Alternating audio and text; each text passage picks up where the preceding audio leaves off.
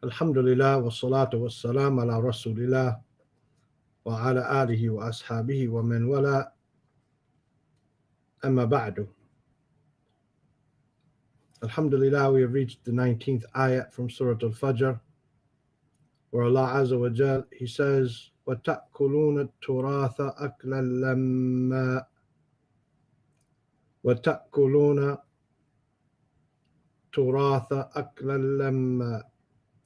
Here he's continuing the conversation where he is telling those who have a misconception about his expanding or restricting provisions.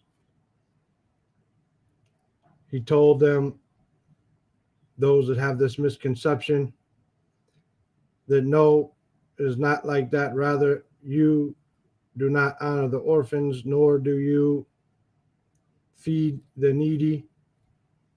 وَتَأْكُلُونَ التُّرَاثَ أَكْلًا لَمَّا. Wa, as we already know, it means and. Ta'kuluna is to eat, from akala ya'kulu. This is the plural for you eat, and you eat. At-turatha. At-turatha is originally wiratha. Wirath. Wirath. But the ta has replaced the waw here. And this means inheritance. So if you want to look up turath, you look it up under waw, ra, tha. So you eat inheritance, aklan. And as we find out when we go through the grammar of this is called maf'ulun mutlaq. When you use an adverb, the same root, hamza, kaf, lam, as the verb in front of it, hamza, kaf, lam. This is called maf'ulun mutlaq. You eat it, a eating, lamma. Lamma from lam,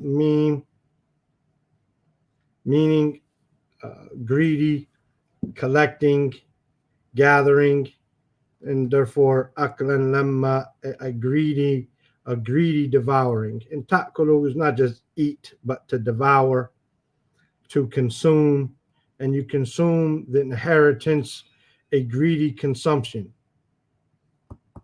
A greedy consumption. Just as we said, it does not have to mean to eat or to devour, but to consume. And consume may sound better in English than devour. Devour seems to be religious language, and we're talking about religion, so it's not a problem, but just trying to bring it home to make it make sense. What do you mean you eat inheritance or you devour inheritance, right? Well, it's kind of like metaphorical speech in a way, but this is the way the Arabs spoke, so it's not a metaphor, but it means to devour, to consume. At-turath aklan lamma. As we said, lamma means to gather and to so aklan, a consumption, a gathering, consumption, a greedy. So you're gathering that inheritance in a way which is harming others, as we'll see. وَتَأْكُلُونَ التُّرَاثَ أَكْلًا لَمَّا. And you eat, you devour, you consume the inheritance with a greedy consumption, a greedy eating, a greedy devouring. As for the grammar of the ayat, then the waw here is a harfu atf, and ta'kuluna is a fi'l mudari marfu' wa alamatu raf'ihi thubut nun. The waw here is the fi mahal raf fa'il. At-turath is maf'ulun bihi mansub, and as we said, the asl of it is wirath, a waw instead of the ta, but the ta has been substituted here. Akran is maf'ulun mutlaq mansub, as it always is. Maf'ulun mutlaq is always mansub. Lamma is a na'at. Lamma is a not, a sifa, an adjective to aklan. How are they devouring it? How are they eating it? With a gathering, with a greedy, so to say, consumption. They're not just letting everyone each have theirs, but they're gathering more for themselves. A greedy consumption. طيب. So since lamma is a sifa or a not for aklan, then it's mansub like it, and we see the fathas there. The tafsir of the ayat is very simple. Basically, you are you are devouring, you are consuming the inheritance with a severe consumption. You're not leaving anything from it. And what this means is you're taking inheritance from the weak, like the women and the children and the orphans, and you're consuming it in a manner which is not befitting, and you're not leaving anything for them. You're taking the shares of others without right, meaning the women and the children or the weak.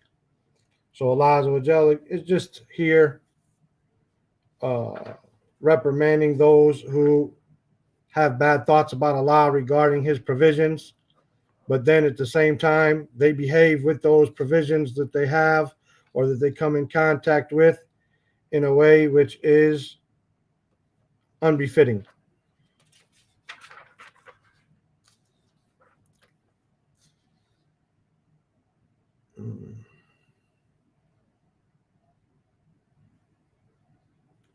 Let me see here.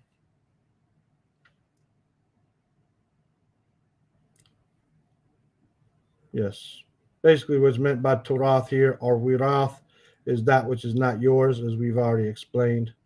You're eating the wealth, you're eating the inheritance which is not yours, and you're eating it and devouring it and consuming it in a way which is extreme, which is harsh, which is gathering what is not yours. Simple, as I said, simple tafsir, but inshallah ta'ala, it makes sense. I hope it makes the ayat clearer. And we'll come back tomorrow with, inshallah, the 20th ayat. And after that, bi'idhnillah, after tomorrow, we're going to move the class up 1 hour. So from 9 p.m. Mecca time to 8 p.m. Mecca time, due to the last 10 nights. Due to the last 10 nights, we'll move it up 1 hour so we have longer time to worship. Not many people show up to the live classes anyway, so I don't know if it really will affect anyone. But this is the plan, inshallah. We'll see you tomorrow with the 20th ayat, bi'idhnillahi ta'ala. May Allah subhanahu wa ta'ala bless all of you, make it easy for you to memorize and understand this surah and to implement whatever it requires us to implement in our daily lives and behaviors. سبحانك اللهم وبحمدك أشهد أن لا إله إلا أنت أستغفرك وأتوب إليك. السلام عليكم ورحمة الله وبركاته.